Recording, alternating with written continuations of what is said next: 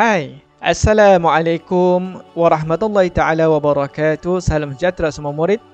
Berjumpa lagi dalam sesi PDP Online e-Tutor Math bersama saya Cikgu Nordin Syam. Untuk sesi kali ini, kita akan meneruskan pembelajaran yang lepas berkenaan konsep asas locus. Seperti yang telah diterangkan dalam video bahagian yang pertama tentang locus, locus adalah pergerakan bagi suatu titik yang bergerak. Jadi dalam bahagian yang pertama yang lalu telah diterangkan beberapa contoh locus dalam kehidupan seharian. Diharapkan video bahagian pertama tersebut telah ditonton dan difahami oleh murid agar selepas ini akan lebih mudah memahami tentang locus. Mari kita lihat objektif pembelajaran untuk hari ini. Diharapkan di akhir penerangan cikgu, murid dapat memerihal locus bagi titik yang berjarak tetap dari satu titik tetap. Yang kedua berjarak sama dari dua titik tetap. Yang ketiga berjarak tetap dari satu garis lurus. Dan yang keempat berjarak sama dari dua garis lurus yang selari. Dan yang terakhir yang berjarak sama dari dua garis lurus yang bersilang. Dan seterusnya kita akan cuba membina locus-locus tersebut. Oke, diharapkan semua murid telah bersedia untuk meneruskan sesi pembelajaran kali ini. Apakah locus bagi titik yang berjarak tetap dari satu titik tetap? Oke, perhatikan. Di sini ada satu rajah. Ada satu titik O yang kita jadikan ianya sebagai titik tetap dan tidak bergerak. Manakala E adalah titik yang bergerak, namun syaratnya E boleh bergerak ke mana-mana sahaja, namun dengan syarat jarak O kepada E mesti sentiasa 6 cm. Jadi seandainya kita lepaskan E untuk bergerak, E akan terikat dengan syarat tersebut dan hanya boleh bergerak mengikut syarat yang telah ditetapkan, yaitu sentiasa jaraknya terhadap O 6 cm. Oke, perhatikan, jika E kita lepaskan untuk bergerak, E tidak boleh melebihi jarak ataupun kurang daripada jarak 6 cm yang telah ditetapkan. Maka apa yang E boleh lakukan untuk pergerakannya adalah mengelilingi O. Oke, itulah pergerakan E, sentiasa mengelilingi O, yaitu menepati syarat jarak O dan E adalah sentiasa 6 cm. Inilah bekas-bekas laluan yang dilalui oleh titik E yang bergerak tadi. Maka kita katakan garis lilitan bulatan yang berwarna hijau ini merupakan locus pergerakan E. Locus bagi suatu titik yang berjarak tetap dari satu titik tetap ialah sebuah bulatan yang berpusat di titik tetap tersebut. Ini titik tetapnya yang tidak bergerak. E adalah titik yang bergerak, maka laluan yang diambil oleh E ketika bergerak itulah yang kita namakan sebagai locus. Coba perhatikan sekali lagi pergerakan bagi titik tersebut. Oke. E akan melalui lilitan bulatan tersebut. Bolehlah kita andaikan bahawa jika ini suatu bulatan, suatu bulatan, maka OE adalah jejari bagi bulatan tersebut. So, kena ingat, locus bagi titik yang berjarak tetap dari satu titik tetap adalah berbentuk bulatan. Perhatikan contoh 4. Soalannya adalah bina locus bagi titik P yang sentiasa berjarak 3 cm dari satu titik tetap O. Okey, langkah kerjanya adalah untuk membina locus bagi titik P yang berjarak tetap 3 cm dari satu titik tetap O. Yang pertama, murid perlu menandakan kedudukan titik tetap tersebut, iaitu titik O. Yang kedua, ukur 3 cm untuk bukaan jangka lukis, iaitu jarak antara O dan titik P yang bergerak. Dan yang terakhir, murid perlu membina bulatan berjejari 3 cm yang berpusat pada titik O tersebut. Oke, perhatikan video ini supaya murid dapat memerhatikan bagaimana kaedah menyelesaikan soalan seperti ini. Oke, coba perhatikan. Oke, kita telah tandakan titik O-nya. Oke, titik O-nya ada di sini. Lalu kita buat bukaan 3 cm, ukur menggunakan jangka lukis. Lalu kita bulatkan. Oke, bina bulatan seperti yang telah ditandakan tersebut. Maka inilah lokus P. Dengan jarak jejari bagi bulatan ini adalah 3 cm.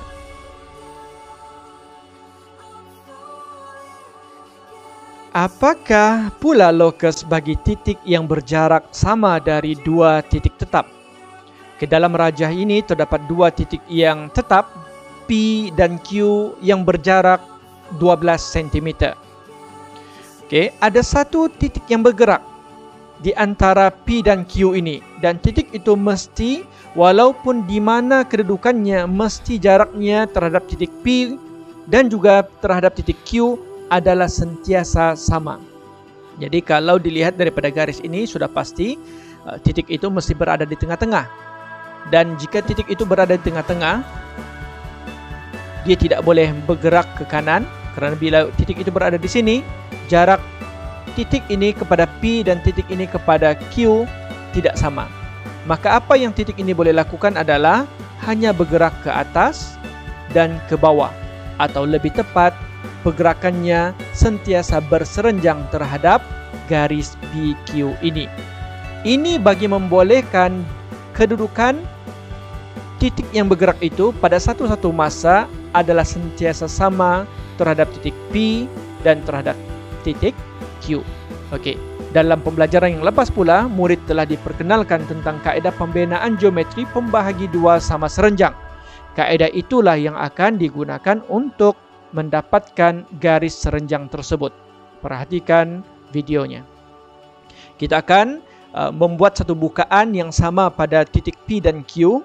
Okey, jejarinya sama saja. Boleh sekadar arc yang kecil, ataupun separuh bulatan, ataupun bulatan yang penuh pun boleh, tidak menjadi masalah.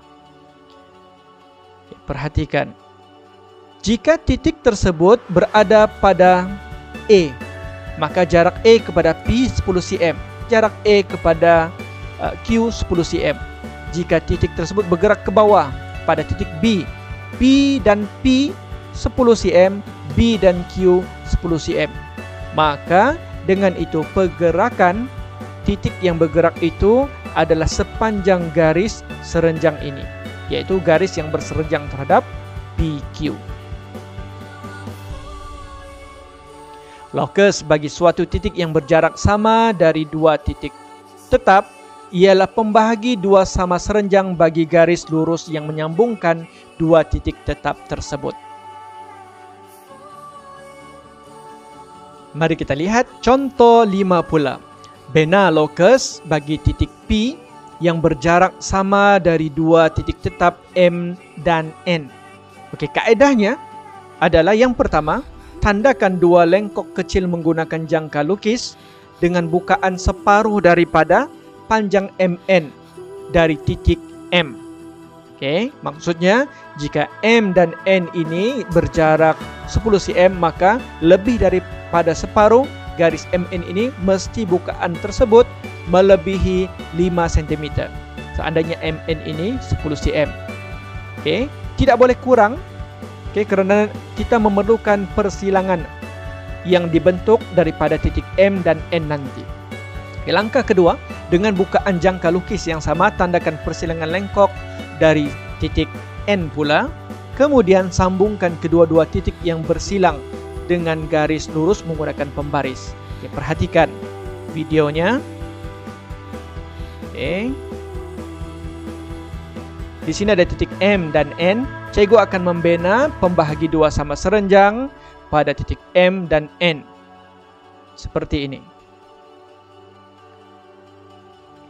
Okay, buat bukaan lebih daripada separuh. Tandakan.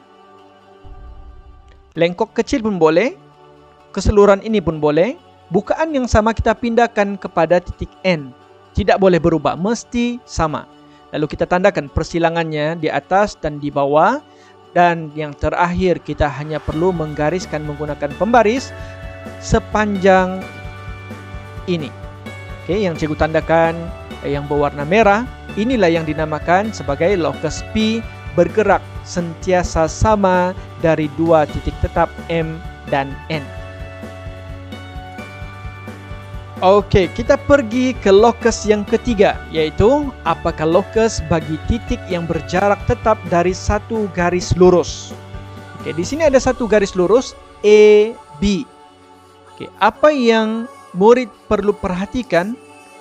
Biasanya dalam soalan akan menetapkan berapakah jarak bagi locus tersebut daripada garis lurus yang diberikan. Oke, kalaulah dalam soalan tersebut locus sentiasa berjarak 2 unit daripada garis AB, maka apa yang murid perlu lakukan adalah menandakan kedudukan titik-titik yang berjarak 2 unit sepanjang garis AB. I kepada garis AB 2 unit, F pun sama juga 2 unit, yang ini 2 unit, 2 unit. Semua di sini akan kita tandakan terlebih dahulu. Oke. Kemudian murid hanya perlu menggariskan garis atas dan di bawah. Kenapa terdapat 2 garisan? Karena garis di atas menepati syarat yang dimaksudkan, yaitu sentiasa 2 cm ataupun 2 unit daripada garis AB.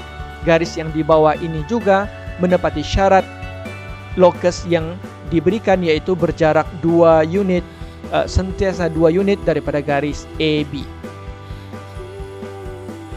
Jadi secara amnya, locus bagi titik yang berjarak tetap dari satu garis lurus ialah garis lurus yang selari dengan garis lurus tersebut. Oke, ini adalah pasangan garis selari terhadap garis lurus AB. Maksudnya kalau selari, sudut ini semuanya sama. Oke, semuanya sama. Oke, coba perhatikan pula contoh 7. Raja di sebelah menunjukkan satu garis AB. Ini garisnya. Oke, garis AB adalah garis lurus tetap dilukis pada grid segi 4 sama 1 unit. Bermaksud setiap petak ini adalah 1 unit. 1 unit, begitu juga di sebelah sini. Oke. Pada raja, lukiskan locus bagi titik X yang sentiasa berjarak 3 unit dari garis AB. Oke, syaratnya adalah 3 unit. Maka kalau 3 unit, sudah pasti daripada titik E, kita akan tandakan 1, 2, 3 berada di sini. Dari titik B, 1, 2, 3 titik ini, maka hanya perlu gariskan di bagian atas. Begitu juga di bagian bawah. 1, 2, 3, 3 cm ataupun 3 unit di sini. 1, 2, 3, 3 unit di sini, maka 2 garis di bagian atas dan bawah yang merupakan pasangan garis selari terhadap AB yang akan kita perolehi, dan itulah merupakan locus bagi titik X. Oke, perhatikan. Locus bagi titik X yang berjarak 3 unit yang cikgu maksudkan tadi adalah sepasang garis selari bahagian atas dan di bawah.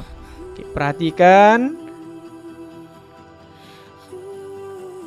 garisnya seperti ini. Oke, ada 2 garis, yaitu bahagian atas dan di bawah.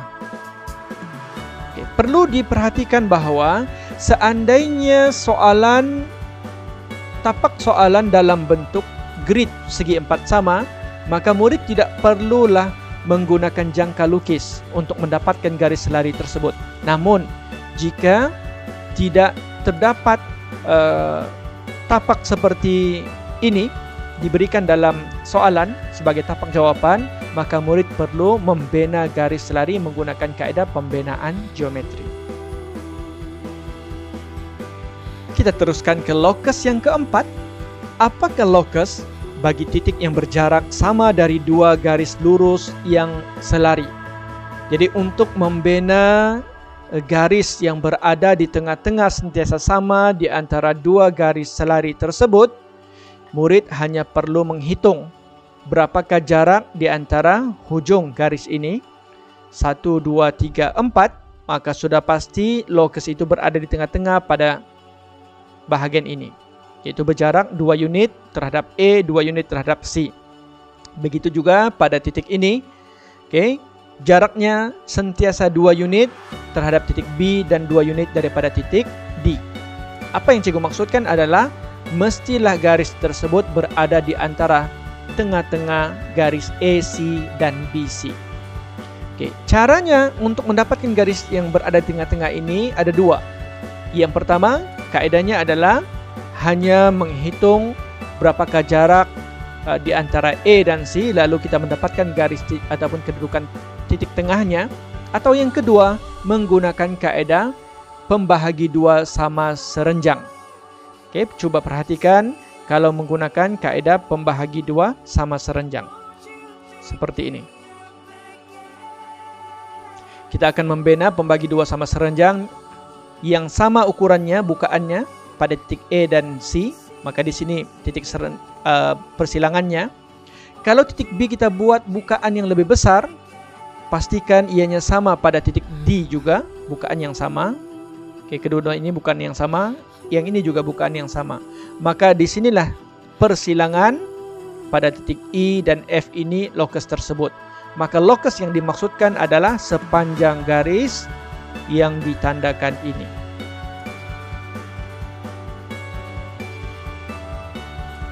Lokus bagi titik yang berjarak sama dari dua garis lurus yang selari ialah satu garis lurus yang selari dan melalui titik tengah bagi pasangan garis lurus selari tersebut. Oke, seperti ini. Lokusnya yang ini. Dan sentiasa berjarak sama terhadap dua garis selari, yaitu garis AB dan garis selari CD. Contoh 8. Rajah di sebelah menunjukkan sebuah segi empat tepat ABCD. ABCD. Oke, yang dilukis pada grid segi empat sama bersisi 1 unit. Oke, ini gridnya 1 unit. Huraikan dan lukis lokus X yang berjarak sama dari garis AB dan DC. Oke, langkahnya, lokus bagi titik X yang berjarak sama dari garis AB dan DC adalah garis selari yang berada di tengah-tengahnya. Oke, kalau jaraknya di sini 6 unit, maka seperti yang cikgu katakan tadi, kaedah yang lebih mudah adalah kita hanya mendapatkan kedudukan tengah-tengah di antara E dan D. Kalau 6 bahagi 2, 3, titiknya di sini.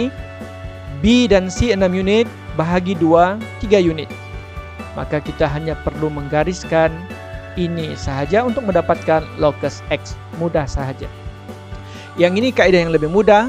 Kaedah yang satu lagi yang saya tunjukkan dalam slide sebelumnya itu menggunakan kaedah pembenaan geometri, yaitu kita buat bukaan di sini dan di sini menggunakan pembahagi dua sama serenjang. Begitu juga terhadap titik B dan C. Oke, sama sahaja.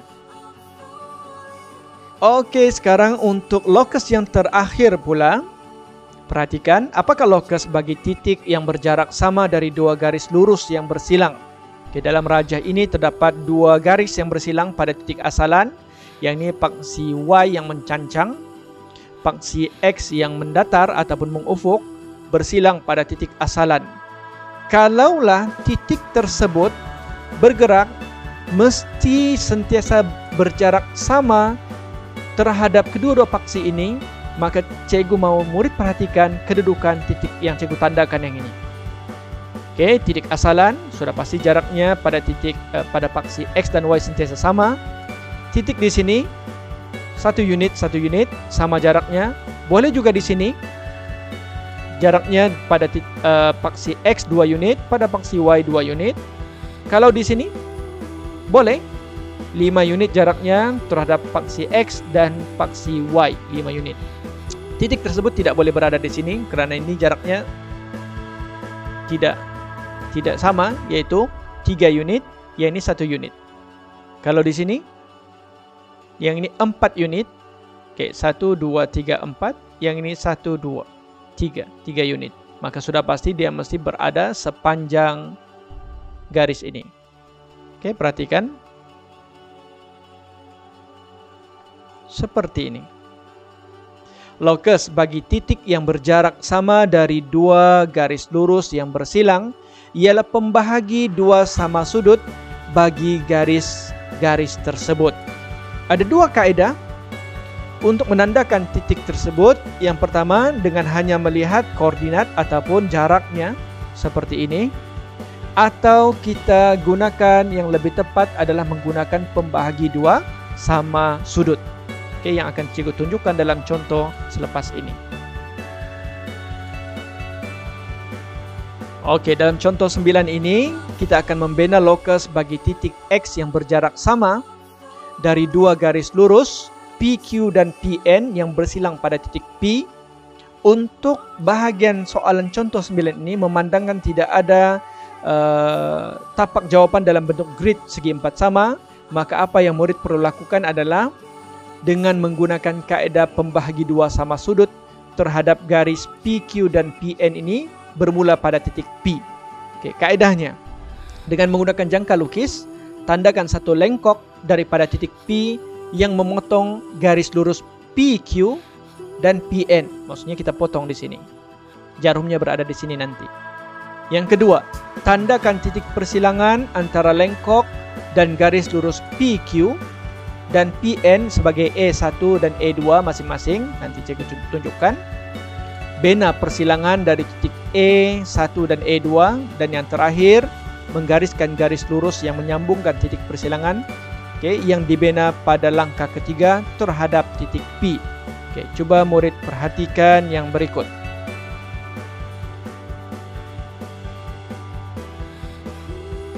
Kita mula daripada titik P. Buat satu bukaan yang memotong garis PQ dan PN, lalu kita tandakan di sini. Kemudian kita pindahkan ke salah satu, E1 pun boleh ataupun E2 pun boleh. Bukaan yang ini boleh kita ubah ke satu bukaan yang lebih besar sedikit. Semoga dengan itu kita akan dapat persilangannya. Yang ini. Tapi bukaan ini mesti sama di sini, tidak boleh berubah. Bukaan pada E1 dan E2 ini mesti sama. Lalu kita tandakan persilangannya dan tinggal murid menggariskan menggunakan pembaris P terhadap persilangan yang terakhir ini. Garis yang berwarna biru inilah yang kita namakan sebagai lokus X. Jaraknya sentiasa sama di antara PQ dan PN dengan menggunakan kaedah pembahagi dua sama sudut. Bermaksud kalaulah sudut QPN ini 60 darjah, maka di sini akan terbagi dua, 30 darjah, 30 darjah. Seandainya sudut QPN ini 80 darjah, maka di sini akan jadi 40 darjah, 40 darjah. Kerana kita menggunakan pembahagi dua sama sudut. Contoh 10 pula, raja di sebelah menunjukkan segi empat sama ABCD, huraikan dan lukis lokus bagi titik Y yang bergerak sama jarak dari garis AB dan garis AD. Apa yang murid perlu lakukan adalah lokus bagi titik Y yang bergerak dengan jarak sama dari garis AB dan AD akan membentuk garis lurus yang membahagi dua sama sudut BAD. Garis lurus ini akan terbentuk di tengah-tengah kerana membahagi dua sama sudut BAD. BAD, sudut ini adalah 90 darjah kerana ini merupakan segi empat sama, maka ianya akan menyambung A kepada C. Kalaulah kita gunakan jangka lukis untuk menjawab soalan ini, maka murid perlu menjawabnya seperti berikut. Perhatikan. Kita mulakan pada titik A, buat satu bukaan pada jangka lukis, kita tandakan untuk memotong garis BA dan BD. Kita pindahkan pada titik persilangan pada garis AD, buat satu bukaan yang lebih besar. Dan bukaan ini mesti sama dengan bukaan yang kita letakkan di sini. Bukaan yang sama, kita akan tandakan di sini. Selepas itu, daripada titik A, kita hanya perlu sambungkan pada titik persilangan ini. Sudah pasti ianya akan berjumpa pada titik C. Maka garis inilah yang kita namakan sebagai lokus Y, yaitu bergerak sama jarak dari garis AB, AB, dan AD. Seperti itu. Oke, sebagai latihan pengukuhan, murid boleh jawab dan cuba soalan ini, uji minda 8.2e dalam buku teks muka surat 213. Oke, coba jawab soalan nomor 2 ini di dalam buku latihan masing-masing. Hantarkan jawabannya dalam bentuk screenshot kepada guru masing-masing untuk semakan dan perbincangan. Alhamdulillah, untuk sesi kali ini bahagian kedua lokus dalam 2 dimensi telah selesai. InsyaAllah kita akan berjumpa lagi dalam bahagian ketiga bagi topik ini dalam masa terdekat. Sampai berjumpa lagi, semoga ilmunya bermanfaat. Assalamualaikum dan terima kasih.